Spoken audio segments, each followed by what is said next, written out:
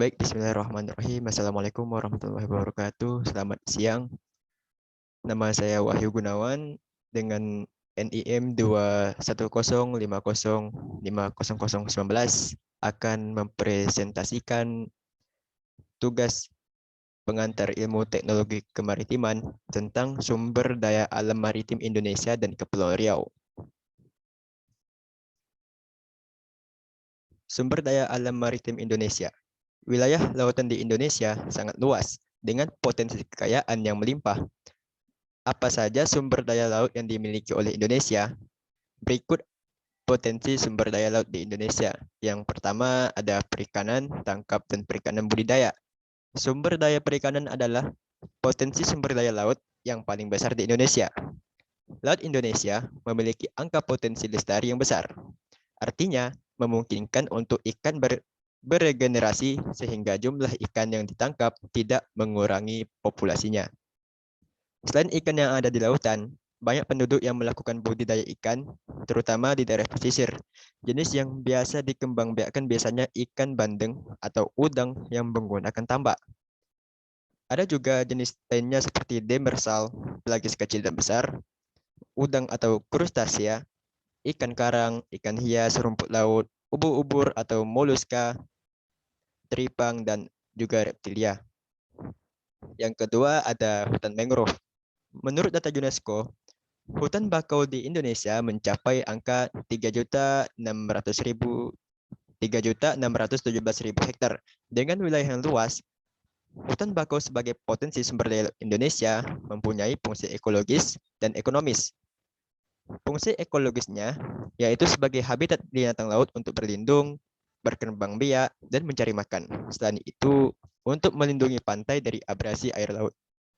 Sedangkan fungsi ekonomis hutan bakau berupa kayu pepohonan dapat dimanfaatkan untuk bahan baku pembuatan kayu bakar, arang, ataupun kertas. Yang ketiga ada terumbu karang. Terumbu karang adalah batuan sedimen kapur di laut yang terbentuk dari kapur dan sebagian besar dihasilkan oleh koral atau binatang yang menghasilkan kapur untuk kerangka tubuhnya. Jika ribuan koral membentuk koloni, koral-koral itu akan membentuk karang. Negara Indonesia adalah negara dengan jumlah terumbu karang terluas dunia. Luasnya mencapai 284,3 ribu kilometer persegi atau setara dengan 18% terumbu karang yang ada di dunia. Terumbu karang memiliki banyak manfaat, mulai dari bersifat ekologis, ekonomis, hingga sosial ekonomi. Manfaat ekonomi terumbu karang adalah sebagai sumber makanan, obat-obatan, dan objek wisata bahari. Manfaat ekologis untuk mengurangi hempasan gelombang pantai yang dapat mengakibatkan abrasi. Lalu manfaat sosial ekologis sebagai sumber perikanan yang dapat meningkatkan pendapatan para nelayan. Keempat ada pertambangan dan energi.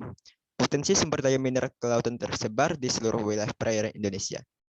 Sumber daya mineral ini diantaranya minyak dan gas bumi, timah, emas dan perak, pasir kuarsa, monasit dan zirkon, pasir besi, agregat, bahan konstruksi, fosforit, kromit, dan masih banyak lagi yang lainnya.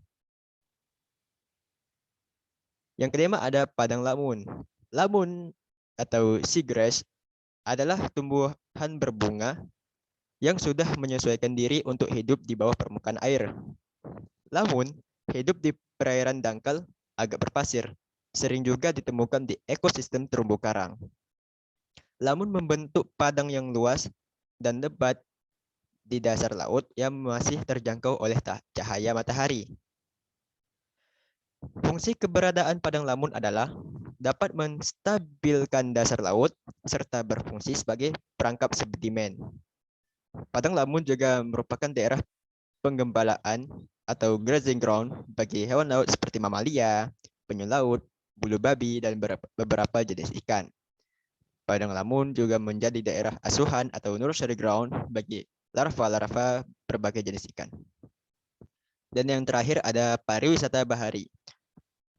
Potensi sumber daya laut dan keanekaragaman flora dan fauna di Indonesia dapat dikembangkan menjadi komoditas pariwisata, seperti wisata bisnis, pantai, budaya, pesiar, wisata alam, dan olahraga. Selanjutnya ada sumber daya maritim daerah Kepulauan Riau. Sebagai daerah yang memiliki banyak pulau atau wilayah kepulauan, Provinsi Kepulauan Riau juga memiliki beberapa potensi sumber daya kemaritiman, di antaranya sebagai berikut. 1. Sumber daya kelautan.